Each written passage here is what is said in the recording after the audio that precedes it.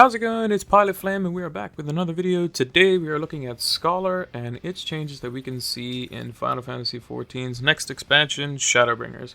As a note, all this information is from the Final Fantasy XIV Media Tour in Europe and in North America, so everything is subject to change. So first off, let's take a look at some of the basic abilities for Scholar that didn't receive any major changes. So basically, Broil is effectively the same. It will receive an upgrade, which we'll talk about later. Physic, Lustrate, Adlo, Resurrection, Succor, Indomitability, Emergency Tactics, Deployment Tactics, Aetherflow, Change Stratagem, Embrace, Whispering Dawn, all more or less stayed the same with some slight changes. One of the major ones being Aetherflow only gives 10% of your max mana in a pool of 10,000, which is not very much. It's going to look like that Scholars will have some significant mana problems, especially in dungeons and raids. They'll probably be more than fine, as they still have Lucid Dreaming, even though it only gives you around 1800 MP from what we saw in the footage from the Media Tour. In terms of Change Stratagem, still the same cooldown, still the same duration, just 5% less. Kind of saw that this was coming, as it was basically picked for that reason, for being extremely strong. Adlo saw a pretty significant change, although it functions more or less the same. The initial shield that you get is 25% stronger. However, when you crit the shield, it splits the shield into two, one being galvanized, one being catalyzed. So when you go to spread using deployment tactics, it will spread the galvanized shield. So spread low is a little bit weaker, but the individual shields themselves will be stronger. In terms of other healing abilities, Sacred Soil, you get a level 78 trait, which allows regen to be added to the bubble for anyone standing in the inside. It's a very potent regen. It's a 15-second duration with a cure potency of 100, which means it's a 500 total cure regen, which is super strong. And especially since Energy Drain is now no longer in existence for a Scholar and only an exclusive action for the Summoner, you basically have three free forms of Aetherflow stacks to be used on defensive and healing. You have Sacred Soil, you have Indom, and you have Excog. And you basically get one of those, or two of either Indom or Sacred Soul, because Aetherflow comes up every 60 seconds, for free. So you just get three abilities for free every 60 seconds, which is obviously super powerful in a raid environment. In terms of their regular DPS spells, Miasma no longer exists for Scholar, and their Bio dot is upgraded to Biolysis, which is effectively the same dot that the White Mage gets, except it does not have the on-hit effect. Broil obviously upgrades to Broil 3, which is just your spammable single target ability, and then your spammable AoE is an instant cast, which is obviously not channeled like the other two healers ones. However, I believe it costs more, and it's 150 potency to all nearby enemies around the Scholar. In terms of their other abilities, so Dissipation saw a major change. So it's still a 3-minute recast. It still dissipates your fairy.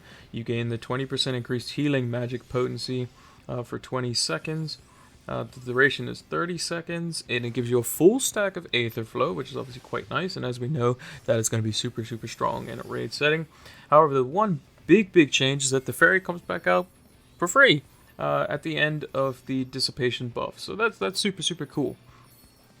Recitation is a new ability that Scholars received at level 74, which allows the execution of the next Adlo, Succor, Indomitability, or Excog without consuming resources, so it's free MP, while we're ensuring that the critical HP is restored. So you basically guarantee a crit spread low, a crit add low, individual, a crit succor, a crit indom. So you're very flexible with this ability. But obviously, with this ability being put in place, you can understand why they made the galvanized and then the catalyzed shields separate because of that reason. Otherwise, crit low would just be completely busted. And you basically you'd have you just take no damage basically for every 2 minutes, so which is obviously super strong. In terms of the fairies, which is a big thing that everyone was wondering, what are they doing with the pets going into expansion? Well, pets now are abilities used by the Scholar, They are no longer considered pet actions, which means they're a lot more responsive. Pets can no longer die, which is super, super useful. And with Eos and Selene, they're just for aesthetics. You get to pick which one you want. In terms of their abilities, Fey Illumination is slightly different, so it's 10% increased magic healing potency for everyone in the party, while also reducing magic damage taken by nearby party members by 5%. This was a combination with one of their other abilities, which was removed, which I'm spacing out on the name at the moment.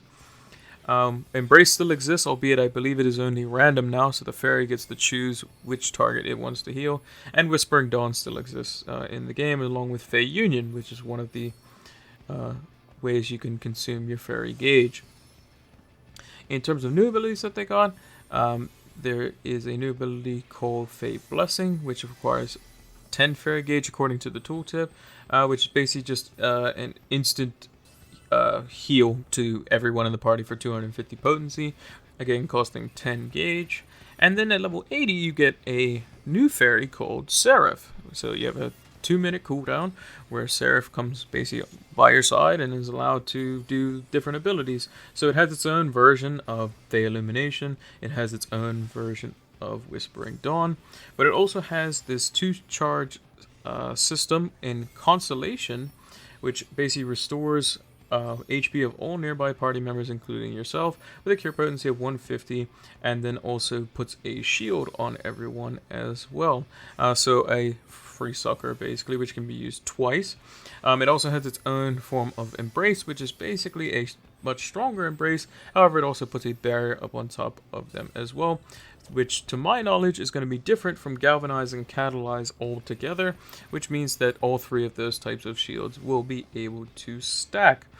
The only thing that I can see from here that may see changes is potentially Angel's Whisper and Seraphic Illumination, basically the Whispering Dawn and Fey Illumination counterparts in Seraph's form.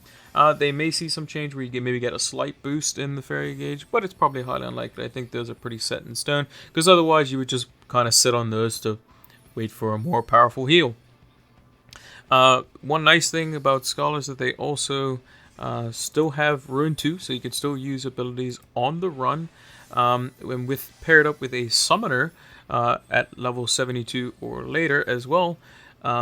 Your potency of your rune is going to be 20 potency higher. At level 72, you also get a potency increase to 200 for Rune 2, but the Ruination buff is for summoners, which will increase rune potency by 20 for your own individual Rune 2. So Scholar and Summoner still have some form of synergy there.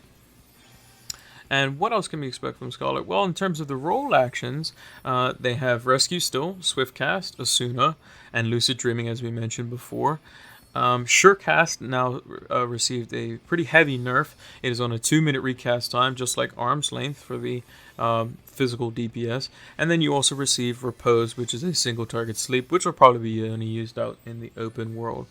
So overall, what can we see from Scholar? Well, they're going to be obviously super, super strong in raid environments. They have an Aetherflow stack specifically dedicated to nothing but heals. They still have Chain Stratagem. They have multiple ways to do form of shielding. They have a lot of instant casts. They're the off GCD king. They may not necessarily do as much damage as the other 2 healers. Actually, I think they might be tied lowest or the lowest in terms of damage-wise with Astrologian. But in terms of their overall kit in a raid environment, they're going to be able to do some pretty nutty things. Obviously, the Fairy has always been something that is super, super strong in the raid, and it allows them to have access to these form of free heals. My concern is that how they're going to balance this with the dungeon aspect of it, because it seems like with the lack of MP generation, when you see the comparison to White Mage, you'll see that basically the Scholars in Astro, they just drain their mana completely in a dungeon AoE pool, whereas White Mage doesn't drop below 85% over the entire course of the dungeon, which is obviously absolutely insane, as they have more tools to regain their MP. So I would like to see energy drain given back to Scholar, in my opinion. It may not necessarily do a crazy amount of damage, but just there for the MP, and it also gives them something, whereas they have to think about what to use their stacks on, whereas now Aether Flourish is going to be like, well, I can use 2 Sacred Souls or 2 Indoms, or an Excog, Indom, and a Sacred Soul. They get to basically just pick and choose on just defensive side of things, which makes them kind of have a more solo heal style of play, especially in a coordinated raid environment. So that's going to do it for this video. We'll be looking at White Mage last out of all the healers. So until that video, take care, have a safe one, and it's Pilot Flame signing out.